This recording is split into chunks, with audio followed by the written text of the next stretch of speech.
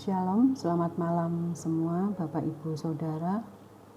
Firman Tuhan malam hari ini saya beri judul Masih Ada Kesempatan. Dan firman Tuhan terambil dari 1 Samuel 17 ayat 40 dan 50. Saya bacakan 1 Samuel 17 ayat 40. Lalu Daud mengambil tongkatnya di tangannya. Dipilihnya dari dasar sungai 5 batu yang licin dan ditaruhnya dalam kantung gembala yang dibawanya, yakni tempat batu-batu yang sedang umbannya dipegangnya di tangannya. Demikianlah ia mendekati orang Filistin itu. Ayat 50, demikianlah Daud mengalahkan orang Filistin itu dengan umban dan batu. Ia mengalahkan orang Filistin itu dan membunuhnya tanpa pedang di tangan. Poin yang pertama, kenapa Daud mengambil 5 batu? Jadi 2 ayat tadi adalah momentum yang merubah hidup Daud. Kenapa? Dari seorang gembala kambing domba, di sini 2-3 ekor. Saudara, saya percaya Bapak Ibu Saudara semua sudah membaca firman Tuhan, khususnya di 1 Samuel 17 ini sudah sampai selesai. Di sini mengisahkan tentang Daud mengalahkan raksasa Filistin yang bernama Goliat. Jadi saya nggak harus lagi membuka ayat-ayatnya ya. Saya yakin dan percaya Bapak Ibu Saudara sudah tahu ceritanya. Jadi dari seorang gembala kambing domba yang hanya 2-3 ekor. Jadi Daud itu tidak menggembalakan kambing domba itu 50 atau 100 ekor kambing domba, tapi hanya 2-3 ekor.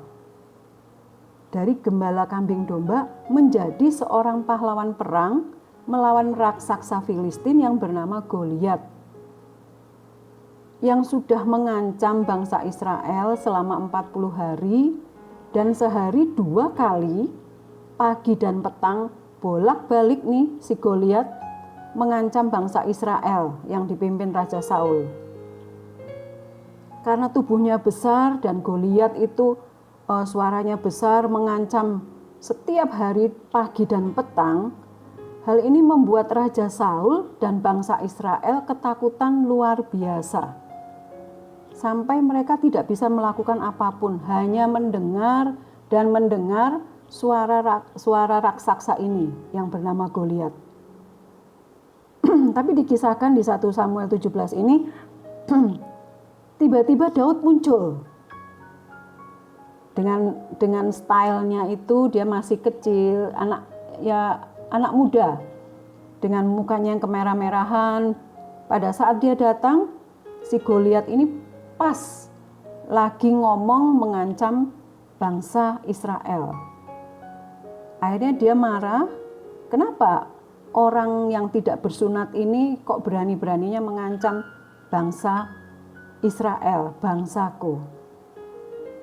Tiba-tiba Daud muncul dan menghabisi Goliat tanpa pedang. Lalu kalau nggak pakai pedang, pakai apa?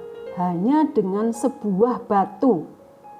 Tapi kenapa pada saat itu Daud mengambil 5 batu? Bukan 3 atau 7 batu. Bangsa Israel dan bangsa Filistin ini sudah lama saling berperang.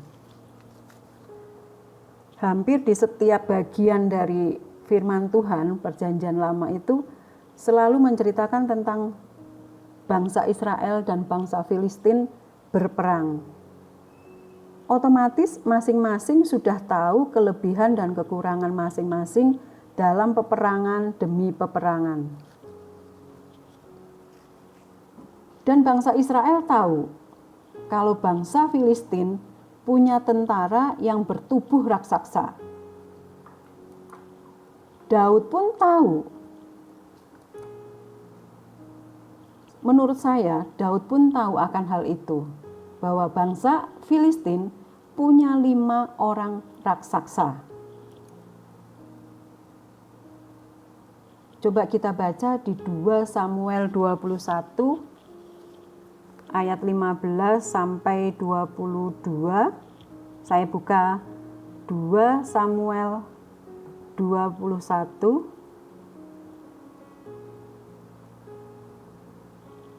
ayat 15 sampai 22.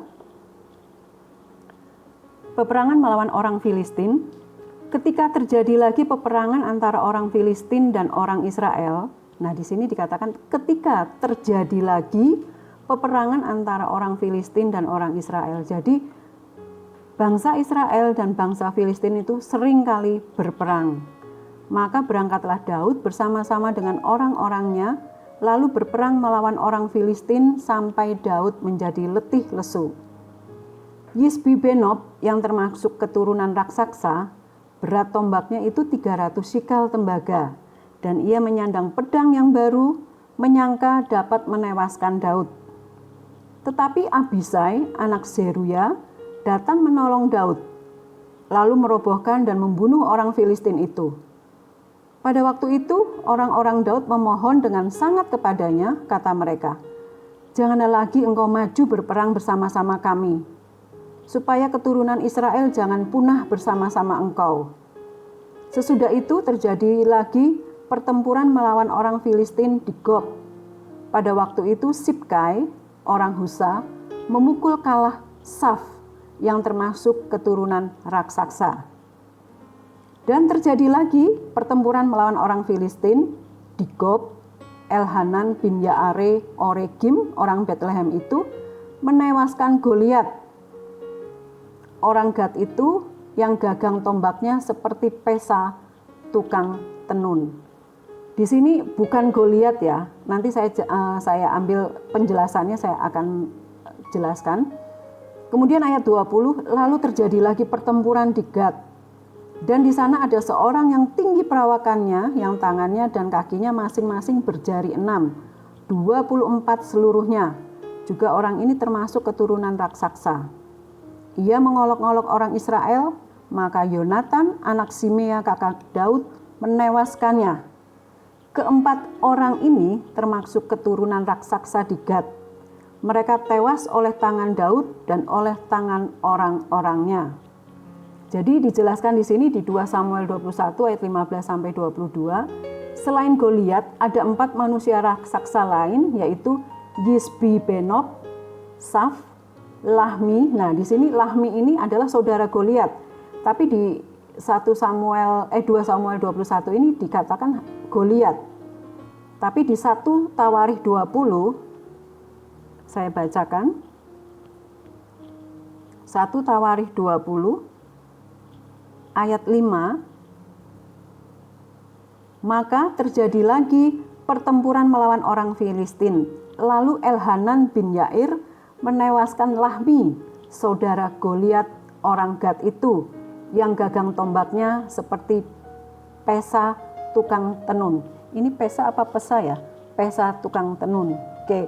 Jadi selain Goliat ada 4 manusia raksasa lain, yaitu Yisbi-Benob, Saf, Lahmi, yaitu saudaranya Goliat, jadi bukan Goliat, dan satu lagi manusia raksasa yang jari-jari tangan dan kakinya itu berjari 6. Otomatis semuanya berjumlah jari-jarinya itu 24. Semua akhirnya tewas di tangan Daud dan tentaranya. Jadi sekalipun di 1 Samuel 17 tidak diceritakan ada 5 manusia raksasa, tapi Daud mempersiapkannya. Bila saat Goliat mati dan kemudian muncul 4 raksasa yang lain, jadi pada saat Daud menghadapi Goliat, dia tahu bahwa ada 5 raksasa, tapi yang harus dia hadapi hanya 1, yaitu Goliat. Tapi bila pada saat Goliat mati dan kemudian muncul 4 raksasa yang lain, maka Daud sudah siap melawan mereka dengan umban dan batu yang di tangannya. Itu kenapa dia mengambil 5 batu licin. Jadi keberhasilan Daud itu sama dengan iman dan persiapan. Imannya apa? Daud percaya Tuhan menyertai dia. Sampai dia katakan bahwa aku maju dengan nama Tuhan. Itu berarti imannya Daud begitu percaya bahwa Tuhan menyertai dia. Kemudian persiapan. Daud sudah ditempa Tuhan selama menjadi gembala kambing domba di padang gurun. Di 1 Samuel 17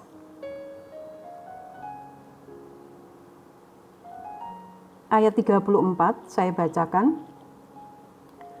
Tetapi Daud berkata kepada Saul, "Hambamu ini biasa menggembalakan kambing domba ayahnya.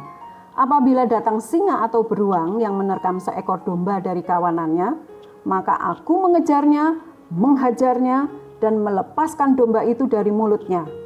Kemudian apabila ia berdiri menyerang aku, maka aku menangkap janggutnya, lalu menghajarnya dan membunuhnya.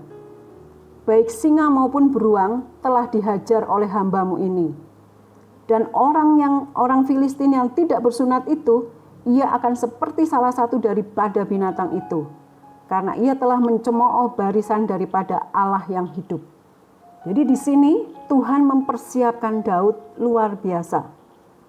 Jauh sebelum peristiwa dia bertemu dengan Goliat, Tuhan sudah mempersiapkan Daud di padang gurun pada saat dia menjadi gembala kambing domba 2-3 ekor. Bagaimana Daud tadi menceritakan bahwa singa, beruang dia hajar habis. Jadi Daud terlatih, dipersiapkan Tuhan dalam kondisi apapun, dia siap sedia untuk berperang. Poin yang kedua, lalu apa hubungannya dengan kondisi saat ini? Saat ini Bapak Ibu Saudara sedang mengikuti ibadah doa multiplikasi di rumah.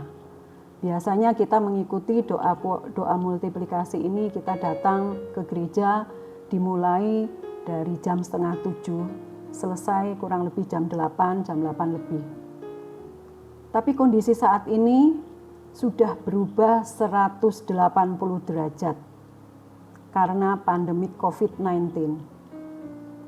Tidak lagi kita bisa bebas berkumpul dan beraktivitas seperti biasa. Kita semua tahu, semua harus dilakukan di rumah. Belajar di rumah, bekerja dari rumah, ibadah di rumah. Tambahan lagi harus pakai masker, sering cuci tangan, harus jaga jarak, tidak boleh berkerumun, rajin olahraga, dan berjemur matahari, supaya imun kita kuat dan tidak gampang terserang virus. Kondisi ini sudah berjalan 3 bulan. Kalau kita sampai hari ini masih sehat dan bisa beraktivitas walau di rumah, ini adalah kesempatan sekaligus persiapan yang Tuhan berikan buat kita semua anak-anaknya. Di dalam Ibrani 11 ayat 1 menjelaskan tentang iman.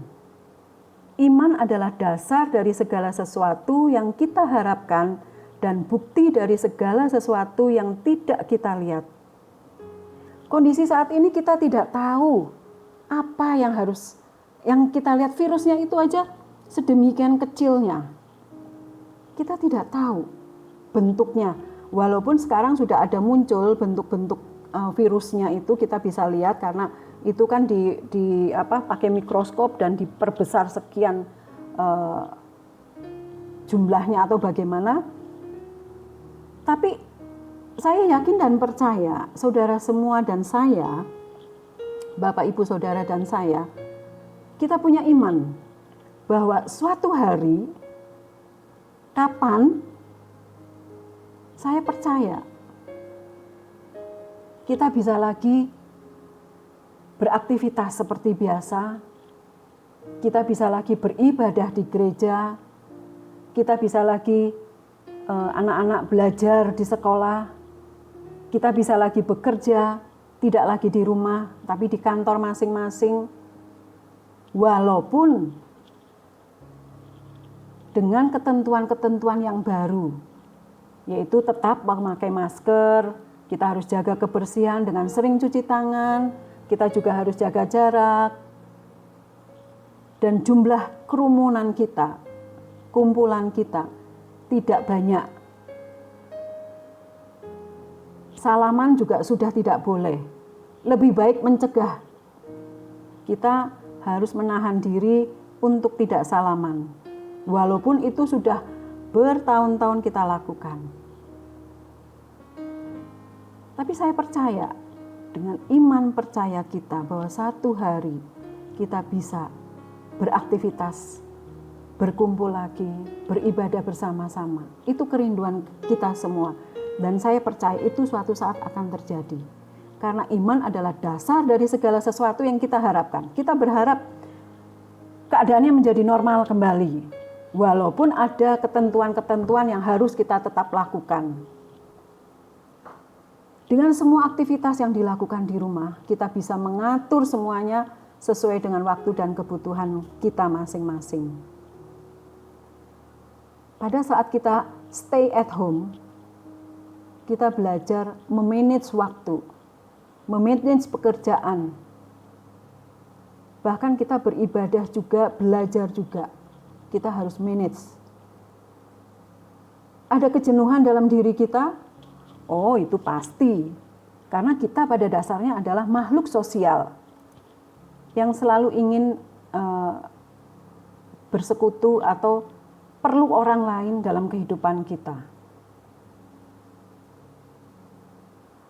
Tuhan masih memberi kesempatan kepada kita. Dengan kondisi yang sekarang ini, harus stay at home, Tuhan memberi kesempatan kepada kita untuk kita makin dekat dengan Tuhan. Kita bisa mengatur waktu untuk lebih banyak waktu dalam doa.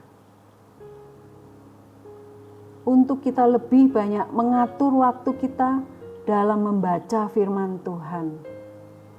Bahkan pujian maupun penyembahan kita bisa atur. Mungkin sebelumnya doa, bangun tidur, doa bla bla bla, terus langsung keburu-buru yang mau sekolah, berangkat sekolah, baca firman juga belum tentu. Bahkan baca firman kadang-kala ada yang mau tidur.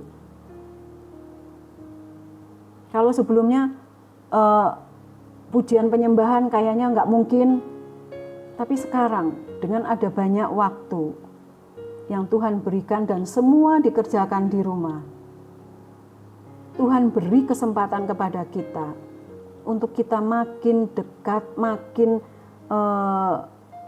mencari wajahnya, bersekutu dengannya. Dengan kondisi sekarang ini, pandemik 19 ini COVID-19 ini, Tuhan memberi kesempatan kepada kita untuk kita makin dekat dengan keluarga. Kalau sebelumnya segala sesuatu beraktivitas di luar, paling yang di rumah tinggal ibu rumah tangga seperti saya, waktu pertemuan dengan keluarga itu sedikit sekali. Tapi setelah stay at home ini, karena semua dilakukan di rumah, otomatis frekuensi pertemuan dengan suami, dengan istri, dan anak-anak lebih intens. Walaupun pasti ada masalah, ya. Kalau membaca keluh kesah ibu-ibu muda di komplek perumahan saya, bagaimana mereka juga ibu-ibu muda ini harus belajar pelajaran-pelajaran yang anak-anak dapatkan di sekolah, dan ibu-ibu muda ini kebingungan karena mereka harus belajar juga. Bahkan mereka juga harus berkonsultasi dengan guru-guru mereka, guru-guru anak-anaknya tentang pelajaran. Di sini saya melihat satu hal yang positif. Ibu dan anak tidak sekedar kalau sebelumnya dalam tidak kondisi pandemik COVID-19 ini mungkin hanya mengajari PR, tapi di sini justru ibu-ibu maupun bapak harus belajar pelajaran anak-anaknya supaya orang tua bisa mengajari anak-anaknya ini. Jadi orang tua sekaligus sebagai guru untuk anak-anaknya. Bahkan ibu-ibu muda di komplek perumahan saya ini sempat katanya, aduh rasanya tuh gemes, udah mikir cucian, mikir setrikaan, nyapu, ngepel, harus ngajarin pula, aduh rasanya kok nggak sanggup. Tapi hari lepas hari ternyata mereka bisa. Awal-awalnya anak-anak bilang, enakan di sekolah ketemu teman-teman, nggak dimarah-marahin mama sama papa. Tapi hari lepas hari, kurang lebih 3 bulan ini, mereka bisa menyesuaikan diri, gurunya orang tua. Kalau ada apa-apa baru bisa tanya ke guru mereka melalui online dan sebagainya. Ternyata bisa. Jadi Tuhan beri kesempatan kepada kita semua makin dekat dengan keluarga. Dan juga Tuhan beri kesempatan kepada kita untuk tunduk dan menghormati otoritas. Dalam hal ini otoritas adalah pemerintah Republik Indonesia. Karena pemerintah membuat peraturan-peraturan untuk kebaikan kita semua di masa pandemik ini. Contohnya masker, cuci tangan, jaga jarak, jangan berkumpul. Kalau beli makan, jangan makan di tempat, tapi bawa pulang. Jemur matahari, olahraga. Itu semua untuk kebaikan kita, masyarakat Indonesia. Jadi Tuhan memberikan kesempatan kepada kita luar biasa. Persiapan. Kesempatan ini anggaplah kita persiapan. Kalau saat ini kita punya iman bahwa satu saat kondisi ini bisa berlalu. Kita bisa kembali hidup normal walaupun dengan ada ketentuan-ketentuan baru seperti pakai masker dan sebagainya dan sebagainya. Tapi di saat ini kita adalah diberi kesempatan oleh Tuhan untuk makin dekat dengan Tuhan, makin dekat dengan keluarga. Kita manfaatkan betul waktu-waktu sekarang ini. Kita tidak lagi hidup semau gue. Kita harus lebih peduli dengan kesehatan. Baik untuk diri sendiri, juga untuk orang lain. Dengan tidak berkerumun, pakai masker, sering cuci tangan, jaga jarak, dan menjaga imun tubuh kita. Kalau kita sehat, orang lain juga sehat. Kita juga harus, kalau kita memang kondisinya kurang baik, ya kita jangan mendekati orang lain. Itu kenapa jangan berkerumun. Jadi luar biasanya Tuhan kita. Sudah 3 bulan kita menjalani stay at home ini. Saya yakin dan percaya Tuhan punya rencana yang luar biasa untuk kita semua.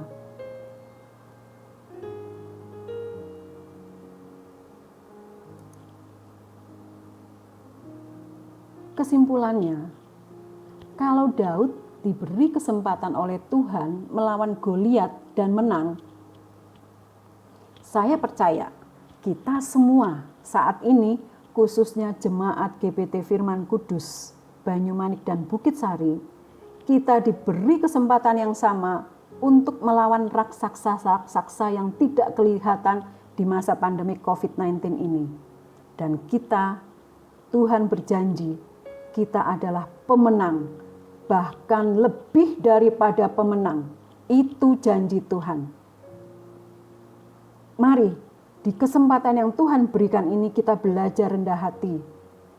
Kita perbaiki hubungan kita dengan Tuhan, mencari wajah-Nya, dan memberi ruang lebih besar kepada Roh Kudus dalam hidup kita, yaitu menomorsatukan Tuhan di atas segalanya.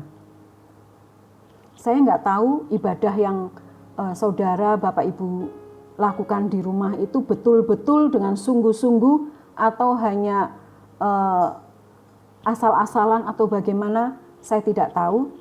Tapi sekali lagi, mari kita belajar rendah hati. Kita perbaiki hubungan kita dengan Tuhan dengan mencari wajah-Nya. dan memberi ruang lebih besar kepada Roh Kudus dalam hidup kita, menomorsatukan Tuhan di atas segalanya.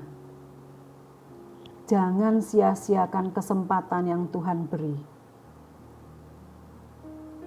Saya percaya ada beberapa kendala dalam kehidupan kita selama stay at home. Khususnya yang mungkin harus tetap bekerja di luar, atau banyak usaha-usaha yang sepi, dan sebagainya. Keluhan-keluhan tentang, waduh, rezekiku kok ya rada mepet sekarang, rezekiku berkurang, dan sebagainya. Bahkan ada yang di PHK. Tapi kita belajar, percaya janji Tuhan. Dalam Matius 6 ayat 33, carilah dahulu kerajaan Allah dan kebenarannya, maka semuanya itu akan ditambahkan kepadamu. Kalau kita mencari Tuhan, mencari wajah Tuhan, dan menomorsatukan Tuhan di atas segalanya, Tuhan kita adalah Tuhan yang bertanggung jawab. Kalau Dia berjanji, pasti digenapi. Saudara, Bapak, Ibu, kemenangan kita adalah iman dan persiapan, kesempatan atau persiapan itu adalah kesempatan yang Tuhan beri kepada kita semua. Kita mau nggak ambil kesempatan itu untuk Tuhan, untuk memuliakan Tuhan? Sekarang saya tanyakan pada Bapak, Ibu, Saudara semua. Seandainya kalau hari ini Tuhan Yesus datang kedua kalinya, siap nggak kita sebagai mempelai-mempelai Kristus? Atau kita tidak siap? Karena selama stay at home ini, kita wegah-wegahan, beribadah wegah-wegahan, doa multiplikasi, komsel, bahkan nggak ikut komsel.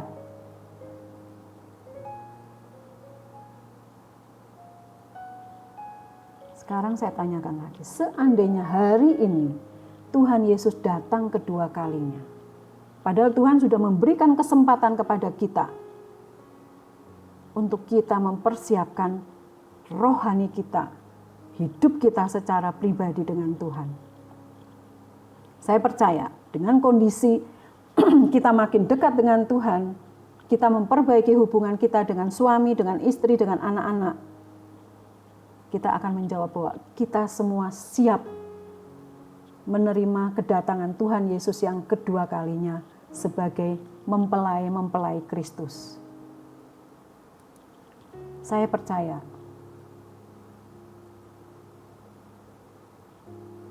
pada saat Pentakosta kemarin, Roh Kudus itu hadir dalam kehidupan kita.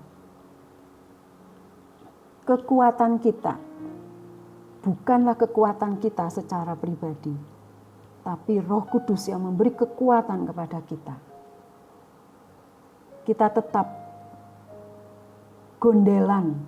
bergantung kepada Tuhan. Kita lakukan segala sesuatunya untuk kemuliaan Tuhan. Kemarin sempat saya terberkati dengan firman yang disampaikan oleh Pastor Feby. Di situ Pastor Feby katakan bahwa biarlah pandemik COVID-19 ini terjadi untuk memuliakan Tuhan. Ya, amin. Pada saat nama Tuhan yang dipermuliakan, di situ kita dikuatkan. Sebagai penutup, kita baca di Roma 15 ayat 33. Roma 15 ayat 33. Allah, ya sama-sama kita baca ya, Roma 15 ayat 33. Allah sumber damai sejahtera menyertai kamu sekalian. Amin. Tuhan memberkati.